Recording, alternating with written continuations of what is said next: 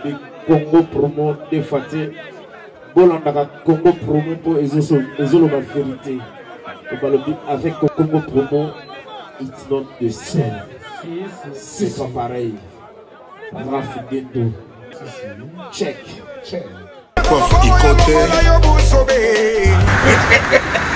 enfin je suis arrivé salon Hugues la coiffe Ikote. Non seulement c'est un salon de coiffure, mais aussi une machine de transformation des hommes et femmes. Regardez-moi comment je suis. Vilain. Mais attendez, 2 minutes. Bogart. Vous allez voir.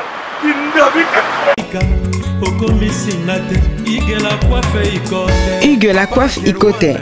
Votre salon de coiffure mixte afro-européen situé sur la Nationale 3 au 174 avenue Aristide Briand, les pavillons sous bois.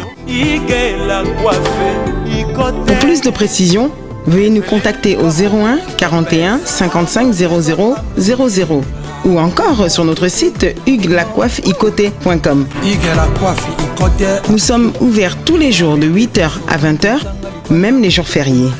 Hugues la coiffe Ikote, l'homme qui coiffe la ville. Hugues la coiffe Ikote, le salon de coiffure mixte afro-européenne de proximité. Au 174 avenue Aristide Briand, les pavillons sous bois sur la Nationale 3. Un seul numéro, 01 41 55 00 00. La beauté de votre chevelure chez votre frère. Hugues la coiffe Ikote, même père, même mère. Chikicha, chikicha, cha cha. La beauté peut tout changer. Salon Hugues la coiffe Ikote. Quelle beauté! Sexy pour les femmes, ndindindi pour les hommes. L'idée sur Napolou. Kassi Yembe, Gertrude de Bronze. L'idée sur Napolou. Étoile brillante Myrna London, Sabrina Kapinga. Osopie. Halendeko ya mosi yaka. Nazala motuna ndeko. Nalingi na tuna yo. Esiba kata yo. Bilamba na bitumba. Esiba fiba yo. Imbongo na banki. Esiba matela yo. Ntete ya manga. Esiba beta yo. Kata kuna bitumba. Esiba fibisa yo. Mokuwa ya makoso. Esiba kotisa yo. Mosapina lisu. Okay. Glody ya Wedi. Rafiguendo, félicitations pour la promotion, c'est la pour l'artiste. Que Dieu te bénisse. À connaît pas demander, il n'y a rien en face.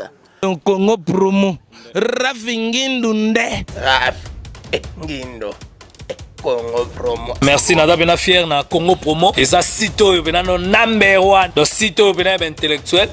Boss Rafiguendo en tout cas on a passivement bambot. Rafiguendo le présentateur la force créative Congo promo. Boroto ça la force militaire na Congo promo. Et faites comme moi, allez voir Congo promo tv5.com. Donc au nom de Jésus-Christ nous bénissons le Congo promo. Avec Rafiguendo, Congo promo ne tombera jamais. Bigolo Congo promo nde. Ouais, balobi Rafiguendo. Congo promo toujours, grande puissance. Come on. Congo promo qui t'orcos net na film. Congo promo babundana nango. Rafiguendo. Congo promo. What a plus, what a boss là. Bande komoto la biso en tout cas merci na ba idée kitoko ya pasteur de la foi Jean-Paul Mayata et aussi na église kitoko oyo to bingi na komo ya centre évangélique de la foi en Christ, donc CFC en sigle. Et voilà, initiative kitoko oyo azui ya koya ko sunga pe ko tala bandeko et ko signer aussi contrat partenariat avec le centre hospitalier Mokili Mwinda na commune ya Njili et pa wapi ayo ko sunga et ba mama na bandeko ba sali ba temps ebele na kati hôpital pour que ba rozoko ko futa mbongo te pour que ba bima na hôpital mais na motema mala mozaka nango immaculé oyo tolobaka motema pembe immaculé ayo ko sunga vraiment bandeko na ka komela ki bango et aussi ko signer contrat de partenariat na centre na biso kitoko Mokili Mwinda voilà et contrat ezo salema kitoko vraiment ba sololi juste pour une année nde bakozala ensemble batala si réellement makambo ekende bien nde bakozwa temps aussi ya kovanda ensemble na bango et puis visite guidée ezala ya basale ya baplace ebele oyo centre na biso kitoko mokili mwinda eza nango tokotala parce que ezo koréunir aussi babiloko ya malonga oyo sengi ke hôpital ezala nango. Voilà, merci, nous sommes avec les amis et puis totala et bandeko nyonso surtout ba oyo bazali na moi passer awa bomona be.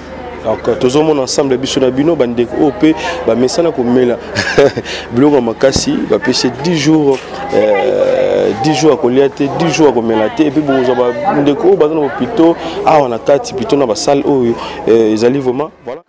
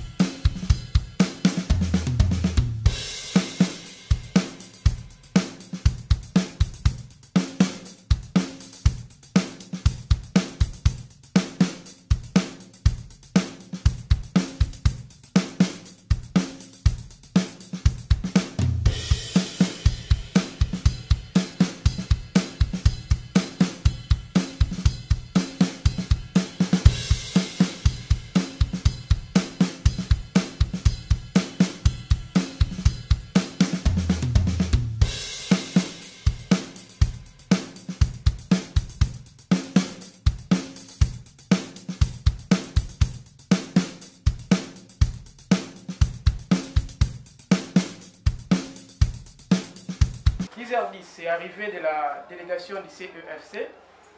10h15, c'est arrivé du secrétaire général de la DECOM. 10h20, c'est la prière qui sera dite par le pasteur. 10h25, c'est le mot de bienvenue qui sera dit par le médecin superviseur du centre hospitalier Mokili-Mwinda. 10h30, c'est donc la présentation des participants. 10h35, c'est le mot du représentant de l'église CTFC, donc le pasteur Jean de la Foi Mayata. 10h40, c'est le mot du secrétaire général de la DECOM, M. Nestor Bazé. 10h45, c'est la signature proprement dite du contrat. Et à 10h45 plutôt, c'est la signature du contrat. 10h55, c'est la photo cérémoniale, donc la photo qui va sanctionner la journée d'aujourd'hui. Et à 11h, c'est les cocktails et la fin de la cérémonie. Donc, on va décaler d'une heure notre présentation, donc on finira à 12h. De ce fait, je vais devoir inviter l'assistance à se mettre debout pour la prière qui sera dite par le pasteur Jean de la Foi Mayata.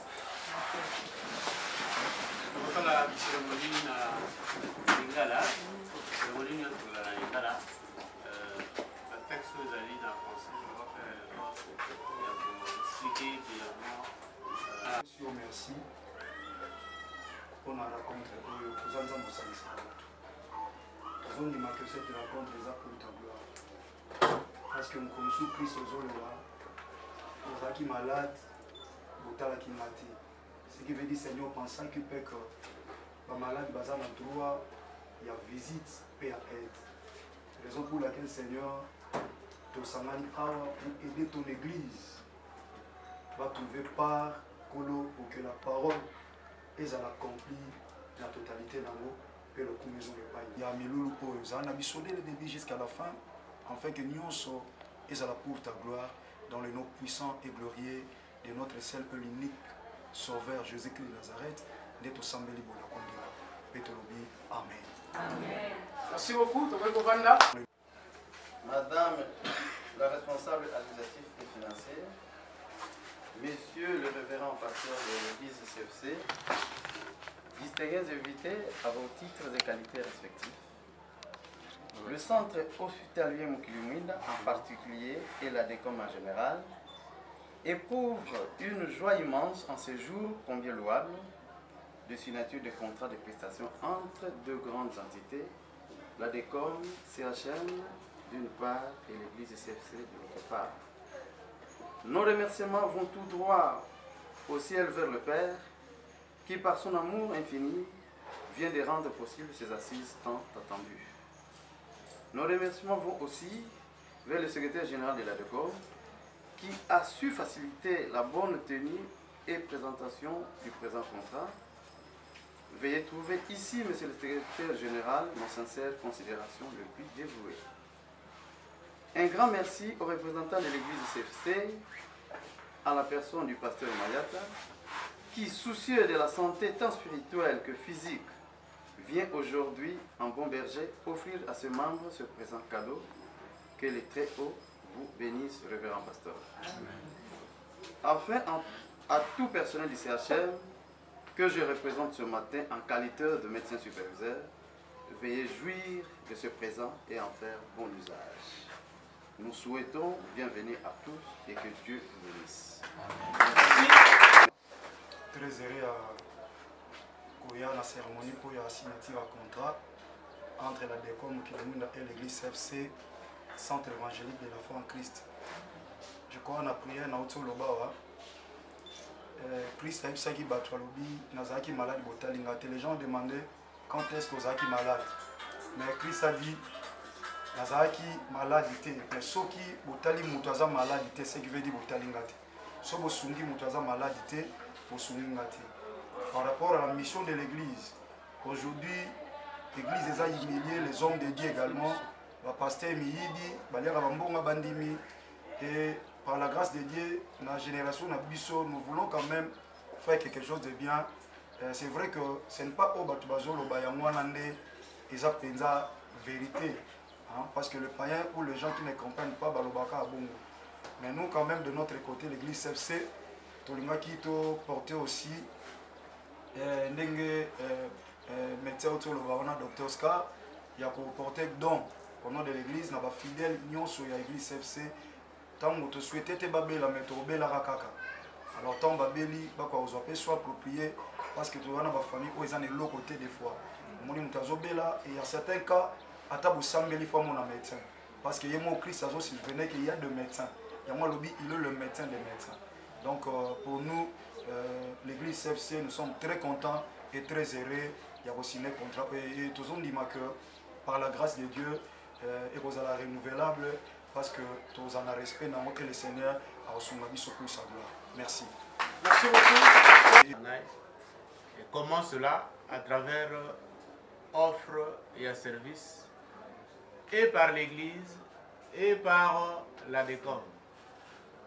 L'église, en donnant cette possibilité à ma fidèle et à pouvoir traitement avec ma garantie à bien et la DECOM en offrant à travers corps médical naïe que le service nyoso pour les aller liés à l'administration à soins possibilité à offrir à soins.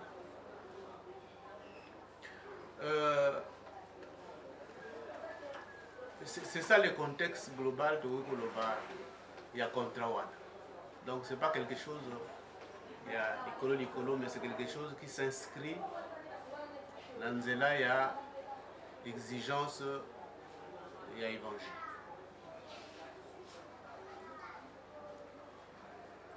c'est vrai que dans il y a contrat, il y a des obligations de part et d'autre. Il y a bateau et aussi les deux parties. Tout dans l'engagement, il y a l'une et l'autre partie. Mais bien entendu, comme tout contrat, les alliés spécifier avantage, il y a ma partie.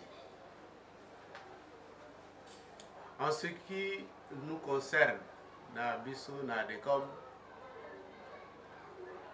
à travers notre centre hospitalier, tous s'engager à offrir des services na ba malade, et spécifiquement ba malade, il y a église CFC. Offrir des services, il y a soin, il y a kitoko. Offrir des services, il y a santé, il y a malam. Et il y a des soins de qualité et des soins appropriés. C'est ça le principal engagement au Ubiso d'aujourd'hui et comme CHA. Ben, soins de qualité et appropriés, les autres déjà tant que vous côté la porte, il y a des sentinelles qui reçoivent les gens. Les soins commencent là. Il faut clôturer la banque parce que tant que vous êtes bima, quand vous êtes au ça y revoir. Avec tout l'arsenal maintenant, il y a la structure, là, le service, on peut en avoir carte. Soit il y a la structure, il y a bien. Installation, il faut permettre à ce que les malades soient à l'aise en tout et pour tout.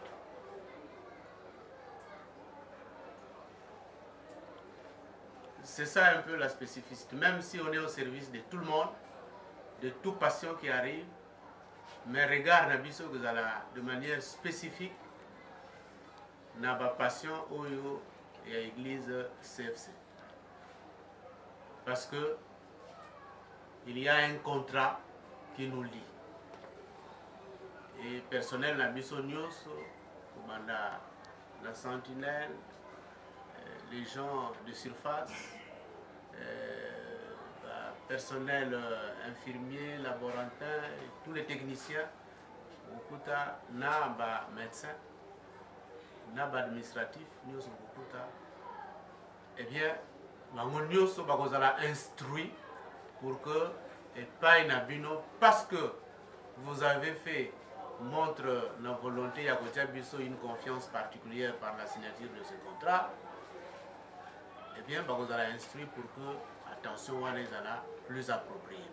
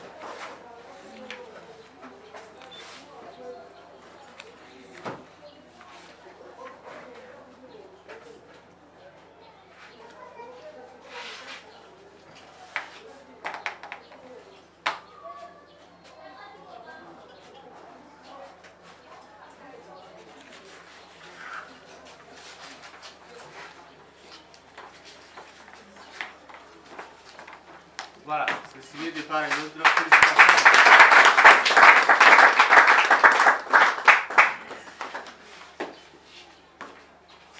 Vous pouvez aider les photographes pour les photos? Les gestes de... En fait, Bissot CFC, ça va chaque fin de l'année, action moko, tout le monde action de grâce. Par rapport à la salle de l'église,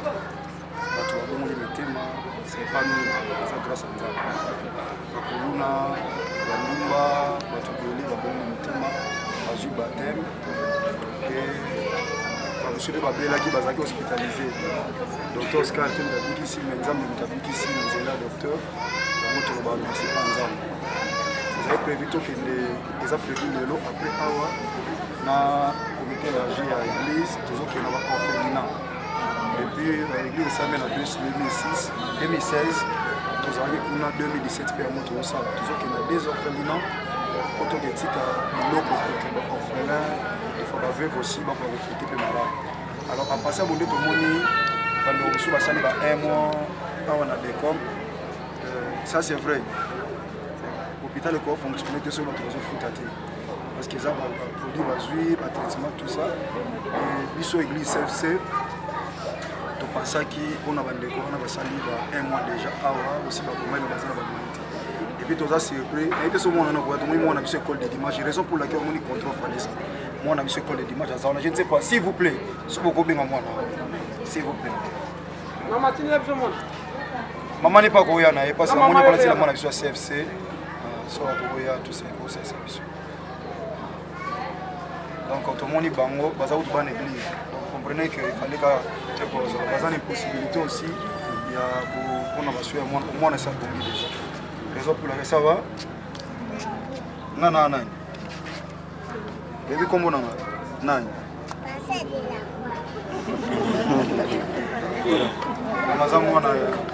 maman l'église, maman est à CFC.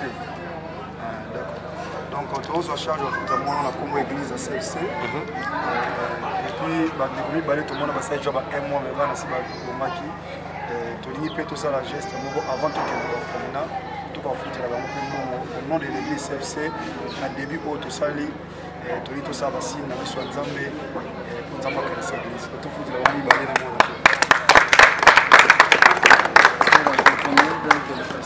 merci Nandela Oumé sali un mois nazali na ondima te na bete na lila no wala ben la bonne na sera merci papa de la fana bimsinga et na église CFC mon ça va nini ah na église oyo yazali comme mokambi ko bisa bango nini bazotalo oui ça va nini mais ça va merci je sambela na groupe de prière na 3 pasteur Nabino Bandimide va écouter là OK. Non bah été. Voilà, merci en tout cas. Merci.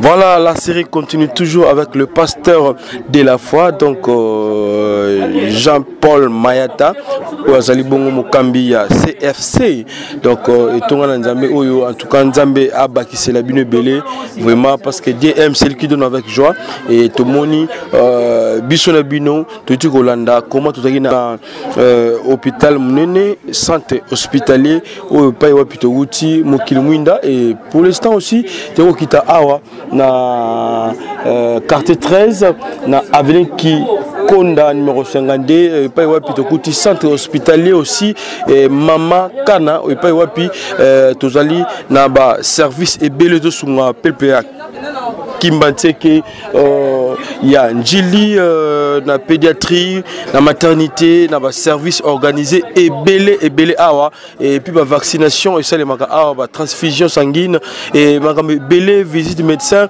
et ça 24 sur 24 et ça hôpital à moi munene awa na kati ya quartier 13 na commune ya Njili voilà passer de la fois ayoko sala susu nini awa total ensemble bisuna bino et parce que na motema malamu na immaculé oyo yazalaka et aye visite susu aye susu visite aye pe ko sunga bandeko oyo et tala la fin de l'année bandeko belé balingaki ba fêter awa na kati ya bopito bazon say de chasser to beti awa 2 mois bon foot ezate 2 mois bon ngo combien bon ebimaki 7500 107 500 on a kaya mwana na kaya na tata na Azana tata mais tata sala.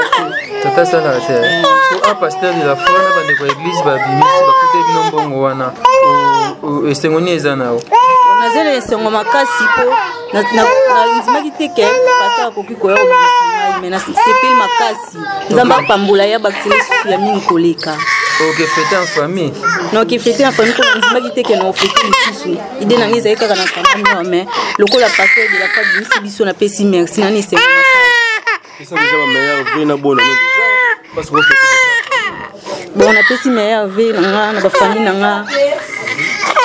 Na pesi meilleure vie sous na bandi kuna nga nyonso. Oh bah ton nanzimaki te na idée na ni zaïka na oza en hôpital parce que de la fois ko bimisanga na sepel makasi. Est-ce que papa na habité ba bimisi pas pasteur de la foi? Papa na ebi? Ayebi non te. On va ça. Ça va? Bon ça d'habitude ça quand on kenda na bonne fête maman. Merci papa. C'est bon, tous en maman msou mpandi et je crois que ça en réseau médecin moi na. Ngote maman kombo nani? Ngote papa kombo na Emmanuela. Emmanuela. Et moi na kombo nani? Shadé. Problème ni na obela gini. Moi na mtabela ki zaki problème makila bazo saki chasser mon na mai. Mais to fandi to beti déjà 2 mois. Papa msa malungezi ate on to fandi kati lelo. Est-ce que avant ba fête ba ko bimisa ona mwana mbo bimabozonga na famille et sengono ezande. Sengoza ya makasi ndima écouter. Ke agoko ya pe bimisa biso menzambe te manzamba manzambe ba felin oki kolana nga butu moyo banzambe tindela biso. Moi nozo felin za papa. Ngai ndim nazo felin. Ando banzambe okilanga mawa. Zamba c'est la biso grâce papa musala malungeza te. Ando to quand même a to fandi nzambe no fêter ka mais nzambe ana ki biso mawa. Asenga ngolu. Na bidona zane sengo do ya makasi nzambe ma pambola ye vraiment a pambola ya zangelo côté. Zamba a pouvoir na ba besoin na nyonso na acte ya sali ya composer comme mbongo na ye. Zamba yebi eloni etindi ya mbongo mais nzamba kanise ya mingi koleka vraiment. Merci. Merci beaucoup. Eh bien, on a un petit côté, tout ça, c'est maman. Marco Kumbote. Mbote na papa. Kombo nani? Kombo na Mantimba. Mantimba, problème dans l'hôpital Izagini. Na côté na koko na hôpital. Koko na kofela maman na tata. Mais na ndimaki teke. On est dans un orphelin. Aza orphelin papa. Ngam na boko la raba. Siko na ndimaki teke lelo.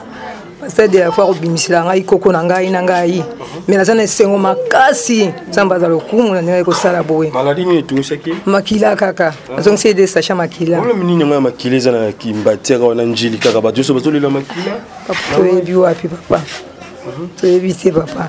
Voilà, et vous fêtez déjà ensemble dans la famille à Bilo parce que tout le monde est indiqué.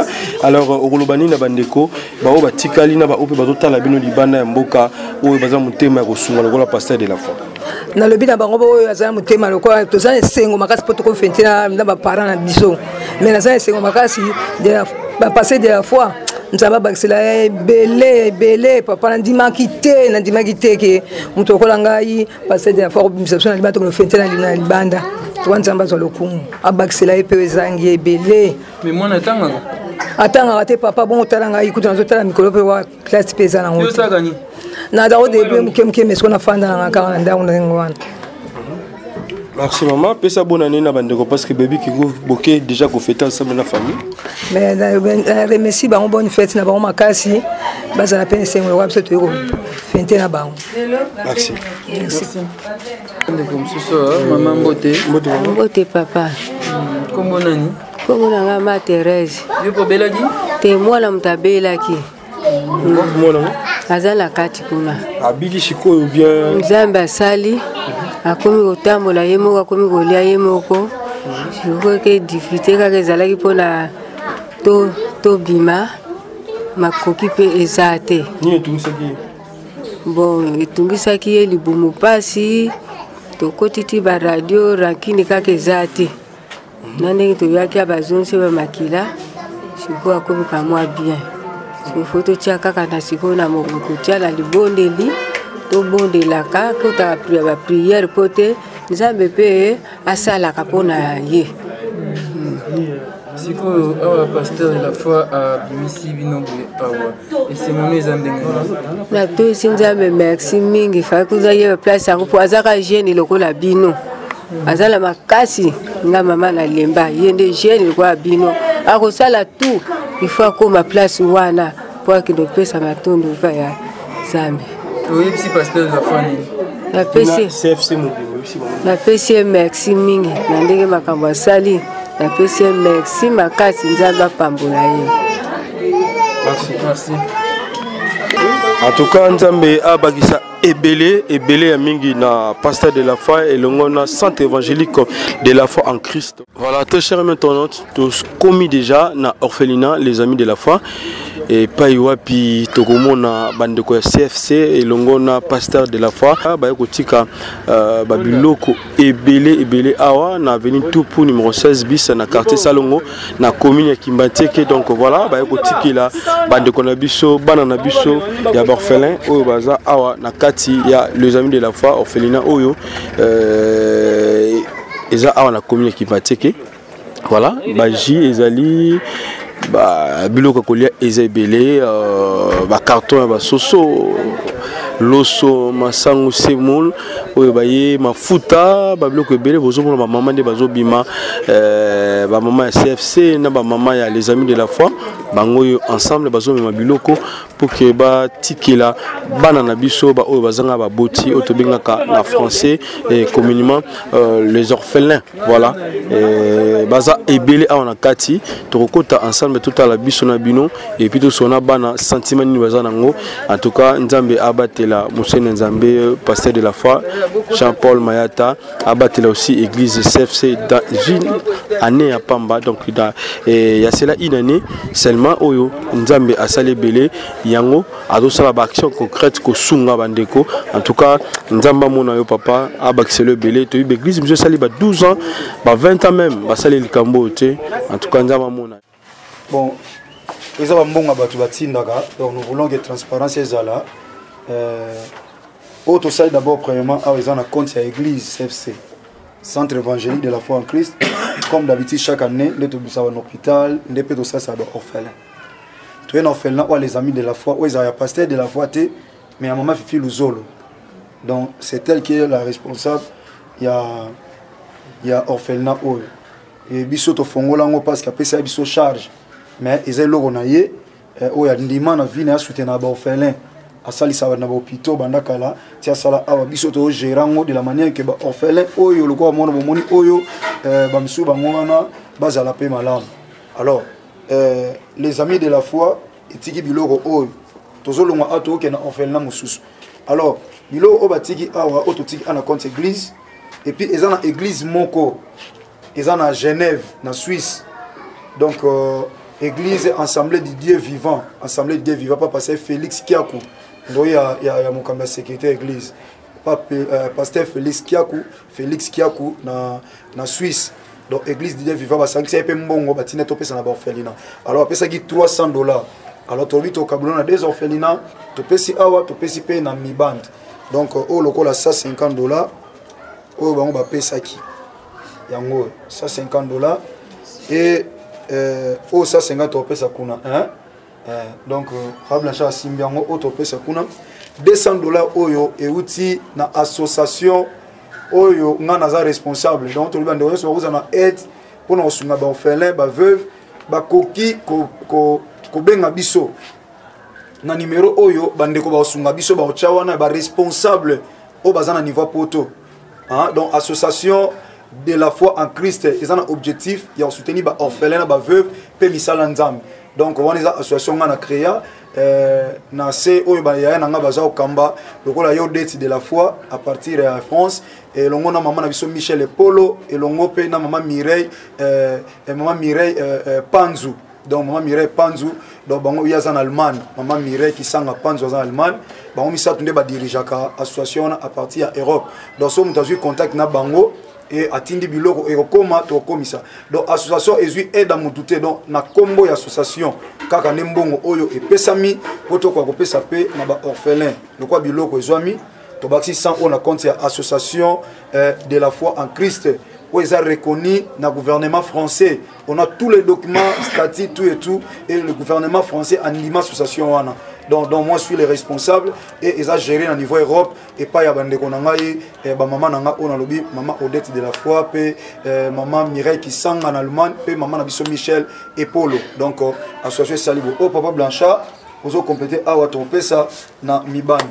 Tous en bas colis monsieur Zawana maman Nabiso ba inona ba kombo na été s'il vous plaît ce groupe rapidement.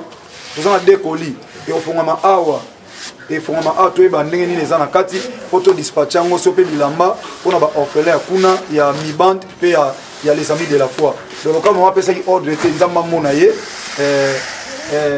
koli yango eza a. Donc le appelle ça qui ordre était tout temps kombo na ye to ko tanga te mais ye mo ka mona na ba image ke ba koli na ye o ya pesa qui pona ba orphelin et commis et tozo fongola ngo tout à l'heure photo tika o ya awa pe to pesa na miband o eza ya bango. Amen.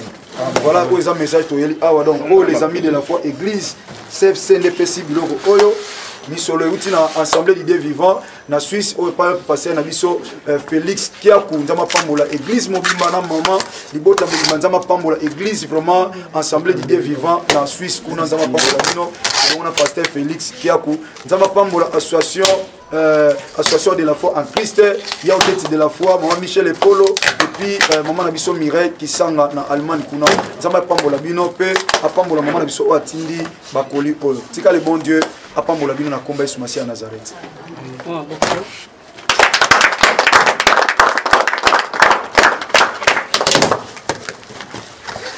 En live, toujours à la Bakoli, Bande Kolomso, Batinde Kibiso, Batinde Kiango plutôt na poto. Et voilà, tu vas faire ensemble tout à l'heure. Bloco au bâtiment Liban Oyo, l'orphelinat, les amis de la foi. Voilà, tout à l'heure, tout le monde va cahier les obiments, spaghetti, bloc belé va livre. En tout cas, ils ont l'initiative bien, la bande de surtout pour la kosunga bana Oyo. Il y a orphelin, orpheline, au bazar vraiment à Kati, il y a Etonga, Oyo, tout bien en parce que les centres Moko Kitoko, orphelinat, les amis de la foi, voilà, toujours continue au là, deuxième carton, tout le monde va bilamba, va crayon, ils offrent moi, va boîte, les conserves bien, va bloc ébélé, en tout cas, ils ont des asunga. Asunga mingi ndeko oyo akanisi pe église oyo ekanisi bana oyo orphelin. Voilà, toujours mon moko orphelin. Et qu'est-ce que tu peux dire par rapport à cette grande surprise oyo et commune bino? Juste ça, tu es bête que pasteur ya fa ori ko la biso. Mais nzambe asala biso bolanto mo pasteur ya fa ori. Nzambe apambole abaksele oyo zanga abaksele pe ya mingi onyo so zanga aibana ko bakisele azanga blote apambola pe bisika yuti. Et surtout par rapport à colis automoni, ba livre, ba cahier, aussi ba stylo et ça lui ndenge. Ça nous bien makasi po na école basinga surtout ba cahier mazaki na mbongo te menzamba swingi bakaye eye bloku eye et on a pas mboli nzambe abata pasteur ya fa abasi na ebele bon na ndeko apesi na libanda ya mboka oya sungi bino apesi bino bloku oyo et puis na etonga église de Dieu na poto oyebisa bango nini bandeko wana bapamba mpe babakisa masusu ebele oyo ezozanga babakisa nzambe azangisa bango te babakisa na bloku ebele bloku ezangaka bango te nzambe mpe abatela bango pe aboatela bango pe bazwa ebele azwa ebele mane na bina na 11 na passe na ki na 12 mais ni to bona za 11 et awa bovandaka bien boliaka bien bololaka bien ba dérangeaka bino te lote to za na biso bien ça bien à maman tout ça biso bien tout ça bien de vendre na biso bien vivre bien parce que moi fifi luzolo abenga bino pe na téléphone bosolo la ka abenga maman mais nikolo ndo abenga su maman te.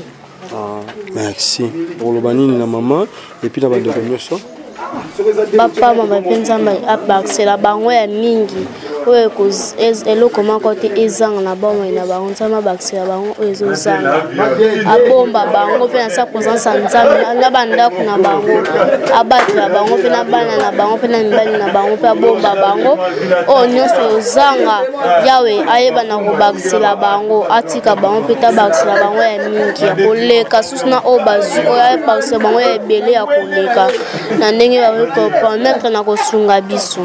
Voilà, merci, c'était là notre ami, notre petite sœur, notre fille. Hein, où Azali Pimoko, il y a orpheline, Nakati, ya orphelinat Nabiso, les amis de la foi, où ils ont mis bon à Kimbateke. Voilà, Raisi Kangi, merci. Voilà, des orphelinats plus des centres médicaux, et ça lit 4.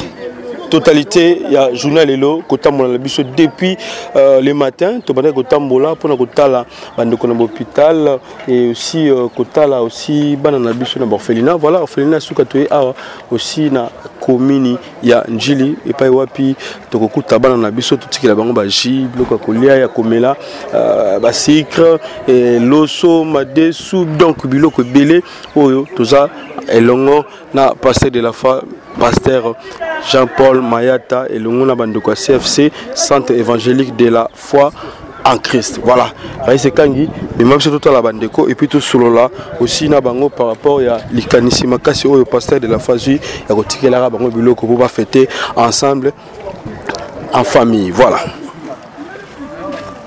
Voilà, biso toujours kota ensemble na bandeko ya CFC avec le pasteur de la foi Jean-Paul Mayata, tout kota ensemble na orphelinat oyo et pas wapi bana na biso bazali tusunga ba ndeko na biso bazali na passer surtout bana mikeo ba bakele côté ba inosa ba angelo ba to nzambe. Voilà, tout côté déjà ensemble tout monde bana ya âge nyonso baza awa ba bébé voilà, donc tout le monde a ça fait très très mal et surtout awa et ça les biso pas si bana va des belles moments makasi. Bien, amen. Amen. Tout ça bien. Kolo to peso merci pour nos coups à la suna bana ou ba orphelin. Ninge to lo ba kolo bible lo bien que tout ça malam kolo 4 na ba orphelin na ba veuve. Il y a une église CFC na bande ko bazali banda mboka ba sepeli ba sala nkolo po bano ba fêter malam na komba Yesu Masiya ya Nazareth ndeto déclarer ki nyonso eleka pe na kondima to lobi amen. Amen. Bien biso to ambangu pour mes abos biloko obo moni isa biloko uti na église CFC na centre évangélique de la foi en Christ chaque fin de l'année de salama pour na ba orphelin ndé boyaki la fois passée l'église balonde biso pe toyaki a yango toye a donc yango to sali boye lokola action de grâce na mamunya so minene o Yesu Masiya Nazareth asali na église bato babiki bato ba molo boko nzeba bato babongoli mitema ezala makasi na biso te yango toye na comité élargi église poto pesa biloko oyo en dehors wana biloko oyo to kaboli na des orphelinats bino na awa ba ba kaboli na égalité eza mama moko aza na niveau ya poto alingana ko bakombo na ete mais na sepena lo bakombo na ye mama José na suika José po ye moka oyeba o etikali wana boye ko pesa non na ya famille donc lokola loba ina oteke na loba s'il vous plaît les enfants lokola loba ina ontena loba kombo na lobika mama José hein aza na niveau ya France yene mutatindaki biloko oyo ndambo ba les amis de la foi bazui lokola pe bino abo za rebelle on toyena biloko oyo en dehors de ça papa Blanchard tous en association de la foi en Christ ils en France et pas maman nabiso Odette de la foi grande sœur maman et Polo azo bazo kambana maman maman nabiso Mireille Panzo Kisanga batindaki $200 to kabuli bando to memili pe bino oyo ezana papa mo watindile bino oyo papa nabiso Félix na église Assemblée de Dieu vivant na Suisse pasteur Félix Kiakou église de Sangisa Imbon po ba pesi bino oyo yango to pesi po ba pe balanda biso ba mona ke mbongo ba pesi ekomi yango to yakotikela bino oyo peut-être lambata ya bana eloko olia yango na bazana ngo kwenye so maboko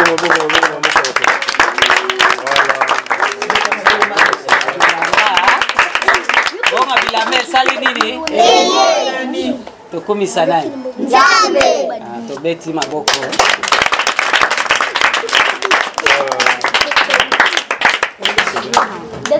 yo moko oloba nini? Vraiment nasepeli makasi nzambe aza ya munene tolelaki vraiment ndenge eza bongo bana bazotungisama mpona mwa elamba ya bonne fête. Alors touti kotambola tozwi eloko te me tozalaki na elikya ke moko na bakorbo na biso bia bakorbo na biso baozanga te kosunga biso mais vraiment eloko boye na kumisi nzambe po totambola na kati ya mboka na biso tozwi yango kaka koyana kokutana na bino nzambe kaka mukasali po toluka pe papa tosolola na ye me nzambe asali ke bokomela biso vraiment esika eloko ewuti mbongo ewuti mutu nyonso église na biso pe ya de la foi awa nzambe vraiment a soutenir yango koleka. Bana baza combien? Bana toza na 35 bana. 35 na ba oya ba bébé tomoni. Oui, baza 35. Voilà, lorsque lo basuko lo banini. Bon, na pesi vraiment merci. Donc les kelinga penza moya kolobeza te mais na pesi bango ka ba mbote bele ya bonne fête. Merci. Allez, bonne année les enfants, bonne année. Bonne année. Bonne année. Bonne année. Merci, bye yo. Bye.